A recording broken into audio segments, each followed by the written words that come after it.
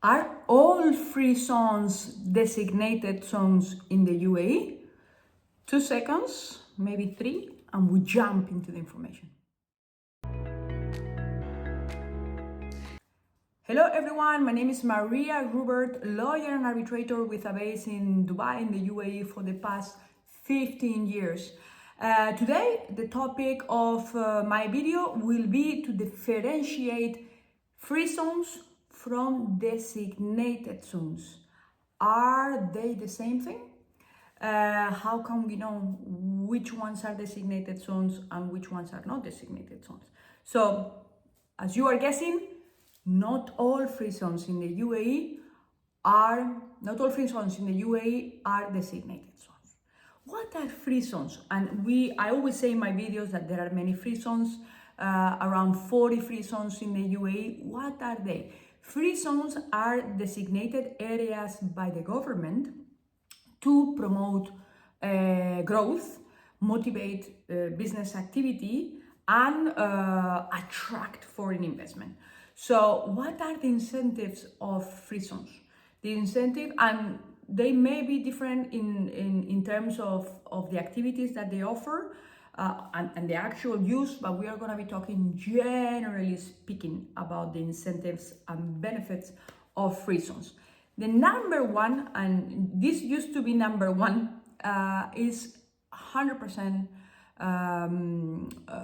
foreign equity permitted. Yes, and this was the wow factor because the UAE until June 2021, the Federal UAE Companies Law did not allow this. Yes, so of course, if you wanted to own 100% your company, you had to go to a free zone. Now it's no longer the case because Dubai and Abu Dhabi, and I say Dubai and Abu Dhabi, but I'm telling you it's federal law. Yes, the UAE Companies Law, but gives room to the economic departments of each emirate to regulate the minimum conditions. So up to today, Dubai and Abu Dhabi have mostly entirely free up the minimum obligations to have UAE nationals holding shares in companies. Before it was 51 UAE nationals, 49 foreign investors. So you can imagine how this 100% foreign ownership was very important. Yes, today is no longer the case, but we continue to see tax exceptions. We continue to see customs duty exemptions. We continue to see simplified administrative procedures. There is significant reduced red tape. Most free zones have state-of-the-art portals, online portals that allow you to communicate with the authority and to do a number of services. Yes, you want to do visas, you want to do a company name change, you want to do anything that has to do, you want to change the manager, anything that has to do with the life of the company can, especially after COVID, can be done online. If you go to the mainland, you will need to go to the respective economic departments or to immigration in terms of visas, etc. So we could expect that this will change in the near future because the UAE is strongly committed to online way of operations, but today there is still red tape, and most documents you will need to submit, most if not all, you will need to submit in Arabic. So also translation costs you need to keep into account. Also, free zones have modern infrastructures. They offer flexi-desks, they offer business centers. They are well connected, usually near ports, near airports, or near metros to allow the in and out of skilled labor, of course. Yes, so modern infrastructures, strategic locations, and access to skilled labor. Dubai nowadays, loads of a big pool of skilled labor. This is good for companies, not so good for those looking for a job. But if you work hard and your offering is good, it's still good for you. Yes, even if it implies that it will take you a bit longer to find the job of your life. Yes. So examples of free zones: JAFSA, DAFSA, the group of free zones with the Dubai Economic within DDA, Dubai Development Authority, D3, Dubai Design District, Dubai Internet City, TCOM. There is a large number. Also, we have Dubai Silicon Oasis, IFSAM, we have DMCC, we have DIFC. I mean, you name it. Yes. Also in the Northern Emirates, we have a number of free zones attracting foreign investment and being, if we compare, a bit cheaper than Dubai, because Dubai is Dubai. So as I say, it's Paris, London, Dubai. Dubai is here to stay. It's an international hub, no longer a regional hub, of course, as well, but international hub. So the Northern Emirates compete by price mainly. Their offering is very good. We have Rakesh, we have Shams, we also have Al Quwain Free Zone, we have Fujairah Creative Zone or Fujairah Free Zone. So we have a significant number. In Abu Dhabi, of course, you have ADGM. You have, let me take a look to my long list here. You have Abu Dhabi Airport Free Zone, Khalifa Industrial Zone, so a number of them, yes? Now, this with respect to free zone. What is a designated zone? Yeah, designated zones will be free zones, especially, yes? But at the end of the day, designated zones are free zones that are listed in Cabinet Decision 59 of 2017 on designated zones for UAE Federal Decree Law number 8 of 2017 on value added tax. So designated zones are important, and we talk about designated zones when we talk about VAT, yes, when we talk about tax. Article 1 of this cabinet that I'm mentioning, Cabinet Decision number 59 of 2017, says, the zones which are designated in the table attached to the present decision and which meet the requirements indicated in Cabinet Decision number 52, 2017 on the implementing regulation of the provisions of Federal Decree Law number 8, 2017, which is the VAT law. Yes, shall be considered as zones designated for the purposes of the implementation of the VAT law.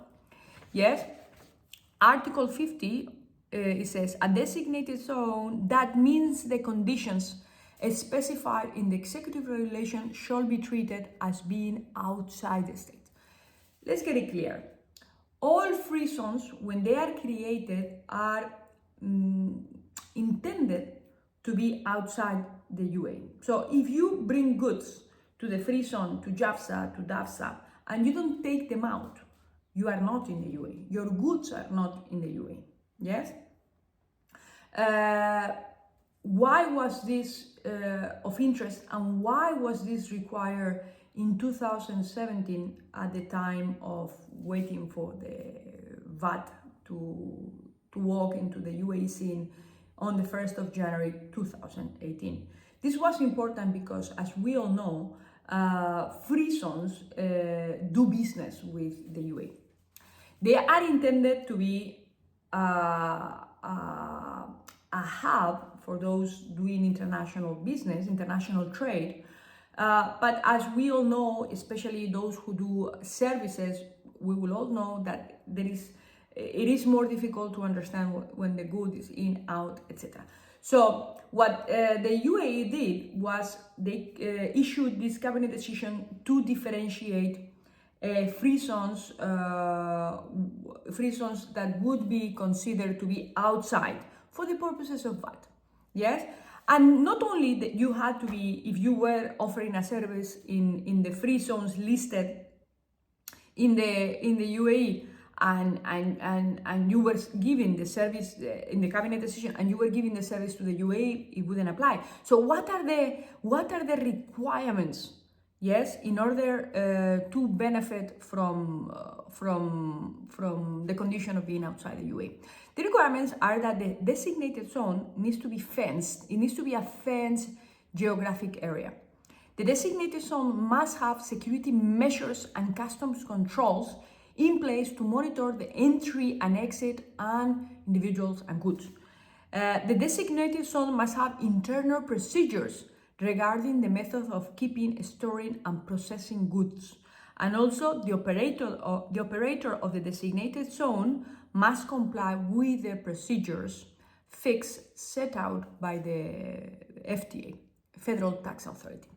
Yes, so this is very important when we talk about tax in the UAE. It is very surprising that only 8 free zones in Dubai are considered designated zones for the purposes of the VAT regime.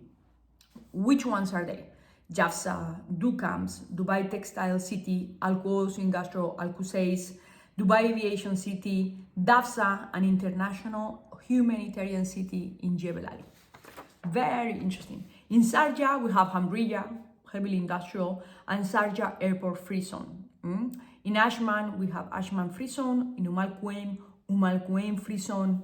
In Ahmed bin Rashid Port and Al Quwaim Free Trade Zone on Sheikh Mohammed bin Zayed Road.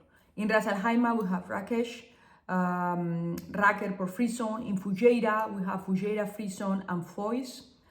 In Abu Dhabi, we have Khalifa Port, Abu Dhabi Airport Free Zone, Khalifa Industrial, Al Ain International Airport Free Zone, and Al Butain International Airport Free Zone.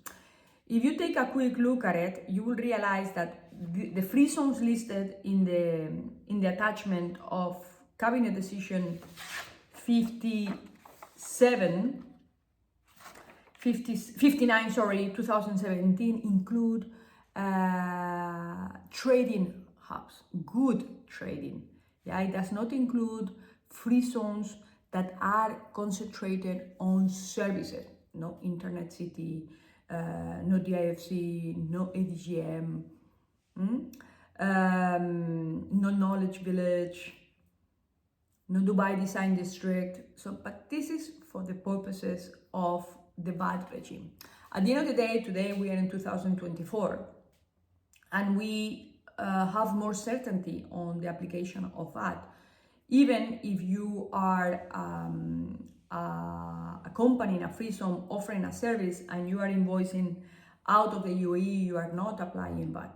Yes, unless there is some sort of action that needs to be taken with the authorities in the UAE. In that case, it could be expected that you will be billed for VAT. But imagine back then, this is all 2017. 2017, no tax ever in the UAE, and this was the first time that came into place. So, as you can expect, many things had to be discussed, many things had to be thought, and loopholes needed to be addressed. So, all this regulation is with respect to the VAT regime. So, free zones are not per se designated zones automatically. They need to comply with certain conditions, and only a number of free zones can be and are designated zones. Very good. I hope that you have learned a little bit. If so, please do like my video. Please do subscribe to my channel to get to new information as soon as it is out. Also, follow me on social media to get to other areas of my practice beyond my YouTube channel. I thank you very much for your time. I thank you very much for any general question or a specific question that can be turned into a general question for others to benefit. Please do text me with such questions, and I do thank you for your time. I do thank you for your attention and for your loyalty to me and to my channel. Thank you very much.